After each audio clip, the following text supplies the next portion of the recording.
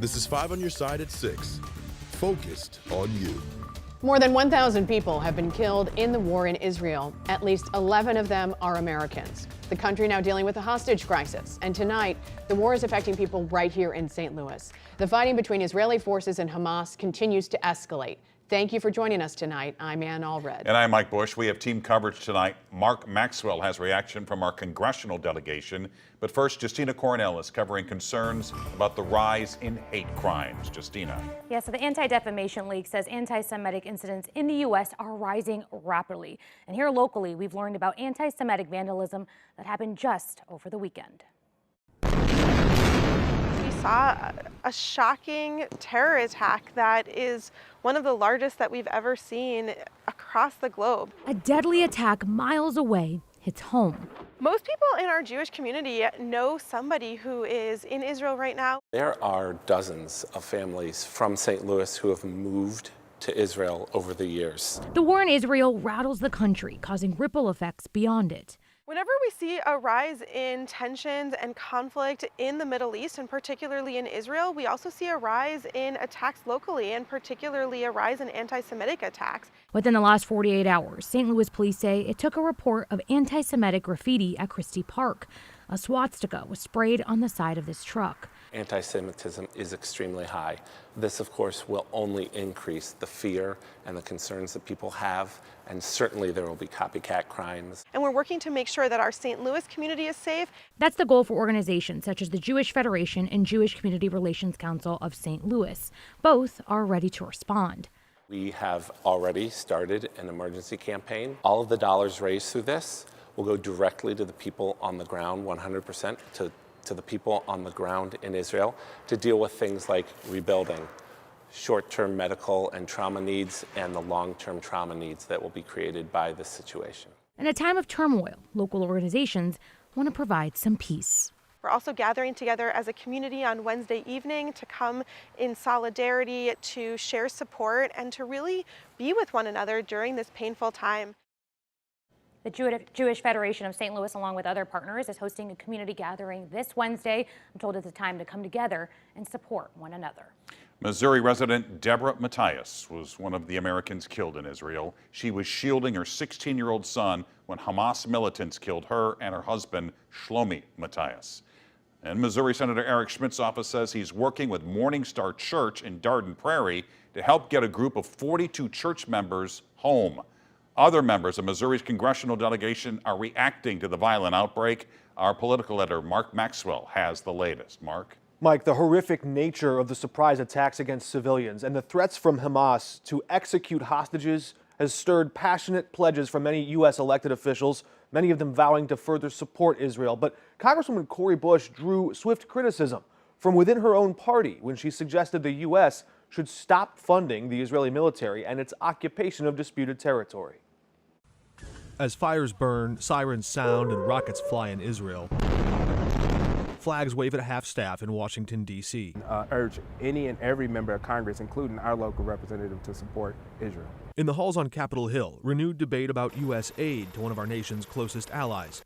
Congresswoman Cori Bush sparked swift bipartisan backlash when she called to stop this violence and trauma by ending U.S. government support for Israeli military occupation and apartheid. This is not about occupation. This is about the fact that there were families that have lost their lives, children and women that were kidnapped. And our country should be standing in solidarity and doing everything we can. Missouri State Senator Brian Williams represents many of the same voters in the state capitol. He reacted to Bush's remarks Monday morning. I represent a very large Jewish constituency, and I'll tell you this, my neighbors, my friends, I think we should stand in support of them, and anyone that represents them should do the same.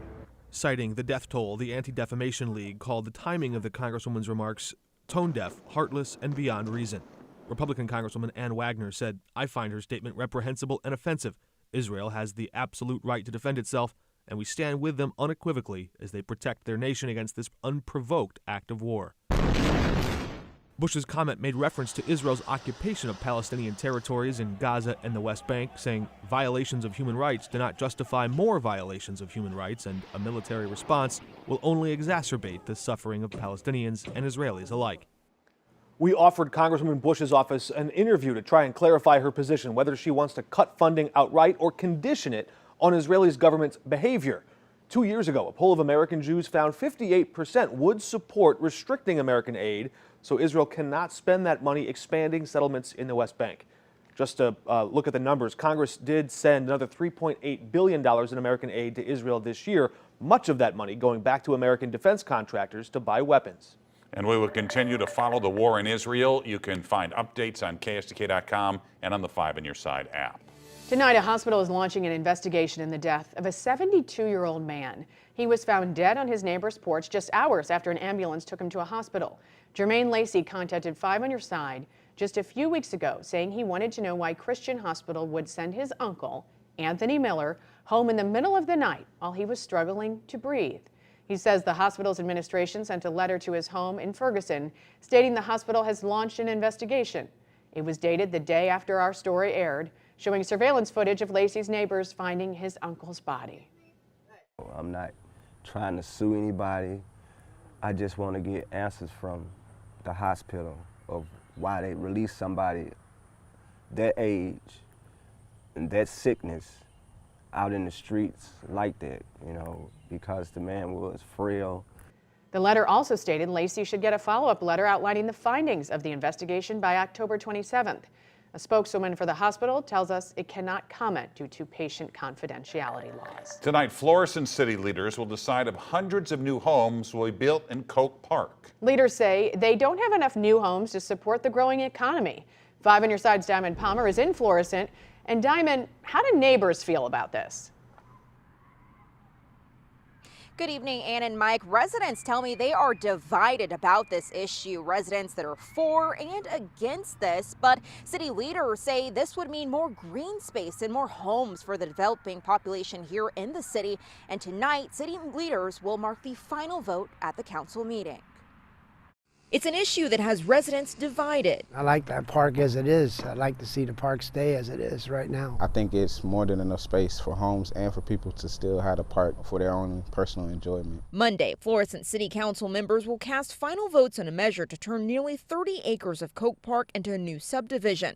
In return, an area adjacent to Sunset Park totaling nearly 40 acres would be improved greenway trails to connect the two parks. City leaders call it a land swap. There's a great number of people that are certainly in favor of this, think this is a wonderful idea. And then there's a small group that is definitely against it. But I think that the positive definitely outweighs the negative. Florissant's Mayor Timothy Lowry says the plan came about through a comprehensive plan where residents voiced concerns about outdated homes. He says it revealed 91% of homes in Florissant were built pre-1970 with small square footage. McBride Homes Development will oversee the project of 108 new single-family homes and 12 additional acres of green space. We are still a growing community, and we got a lot of young families here, and so things are going very well in the city of Florissant.